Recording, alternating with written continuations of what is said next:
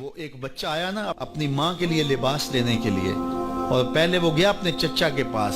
اس کی ماں بیوہ تھی اور اس کا لباس پھٹ گیا تھا، اور وہ اپنے چچا کے پاس گیا تو اس نے دھتکار دیا. ماں نے اس کو روکا تھا بیٹا نہ جانا، لیکن اس نے کہا کہ تیرے بدن کے اوپر جو لباس ہے وہ بھی پھٹ گیا ہے اور جگہ جگہ سے جسم جھلک رہا ہے، تو میں اپنے چچا سے آپ کے لیے لباس لے کے آتا ہوں.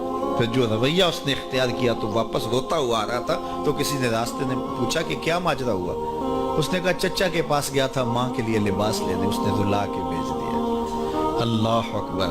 تو اس نے کہا کہ جا سین حرم میں محمد نام کا ایک شخص بیٹھا ہوا ہے، اگر تو اپنا دکھڑا اس کے سامنے پیش کرے تو وہ امید ہے تمہیں رد نہیں کریں گے، لیکن سن لے ان کا دین کوئی اور ہے. اللہ اکبر. اپنے ماں کے پاس آیا تو ماں کو کہا کہ چچا نے رلا کے بھیج دیا، لیکن آپ کی حالت مجھ سے دیکھی نہیں جا رہی. بچہ ابھی شعور کی منزلوں میں قدم رکھ رہا تھا، پہلے بہت چھوٹا تھا، اب اس کے اندر ایک جذبات تھے بچے کے اندر. تو ماں نے کہا کہ بیٹا نہیں ان کے پاس نہیں جانا، سنا ہے کہ جو ان سے ملے دین دھرم چھین لیتے ہیں اس کا. اللہ اکبر. تو حضور علیہ الصلوۃ والسلام کے پاس جانے سے ماں روکنے لگی، لیکن بچے نے کہا کہ امی میں پکا رہوں گا، بتوں کا وفادار رہوں گا، تم اس ٹینشن کو اس پریشانی کو چھوڑ دو. اور حضور کی خدمت میں حاضر ہوا. حضور صحن حرم میں چادر اوڑے بیٹھے ہوئے تھے، اور جا کے کہنے لگا میں پہلے بات آپ سے کر لیتا ہوں، آپ کا دین میں نے قبول نہیں کرنا. حضور مسکرا کے بولے بیٹا بتاؤ کس لیے آئے ہو؟ کہا میری ماں بے لباس ہے، میں آپ سے لباس لینے آیا ہوں. حضور نے چادر رحمت اتار کے اس کے کندھوں پہ ڈال دی. اللہ اکبر. وہ واپس آ گیا اور ماں پر حضور کی چادر اڑائی. اللہ اکبر. اور ماں نے کہا کہ بیٹے اس نے اپنا دین تو نہیں تجھے دیا؟ کہا نہ میں نے پہلے کہہ دیا تھا تیرے دین نہیں مانوں گا. ماں کہنے لگی پتر اس کا دین ماننا چاہیے، یہ جس نے رحمت کی چادر ہمارے سر پہ تار دی. اللہ اکبر. تیری تک کے ادامہ میں مرید ہو گئے.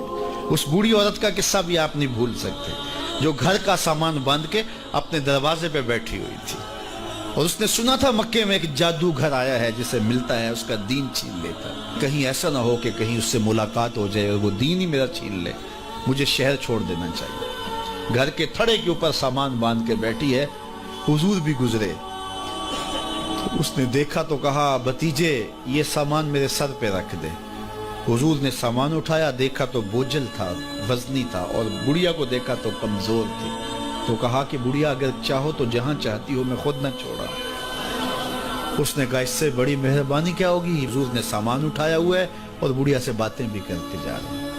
تو بڑھیا کو کہا کیوں جا رہی ہے؟ اس نے کہا کہ سنا ہے یہاں ایک جادوگر ہے جو لوگوں کا دھرم لوٹ لیتا ہے، لوگوں کا دین لوٹ لیتا ہے. میں نے ساری زندگی بتوں سے وفا کی، میرے آباء و اجداد نے بتوں سے وفا کی ہے، میں چاہتی ہوں دین اجداد ہاتھ سے چھوٹ نہ جائے، آخر اس شہر میں رہتی ہوں کہیں مل نہ جائے.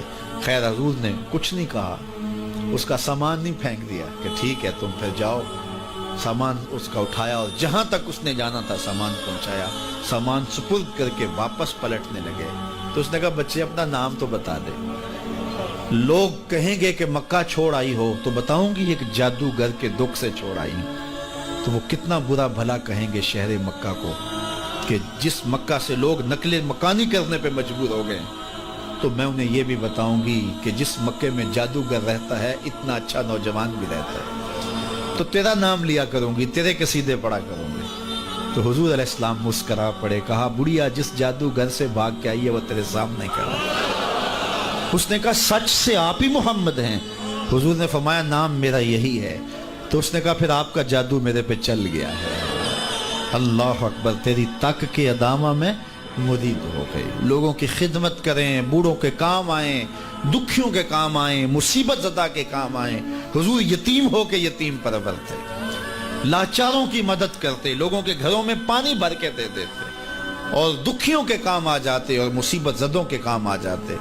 تو حضور سے پیار کرنے والوں امت میں آپس میں حسد نہ پھیلاؤ، بغض نہ کرو، نفرتوں کے پہاڑ کھڑے نہ کرو، ایک دوسرے سے پیار کرو، جڑو، امت وحدہ بنے، اور اپنے ماحول کو، اپنی معاشرت کو ایک خوبصورت معاشرت کا رنگ دو، اور اپنی زندگی کو حضور کے نام کر دو.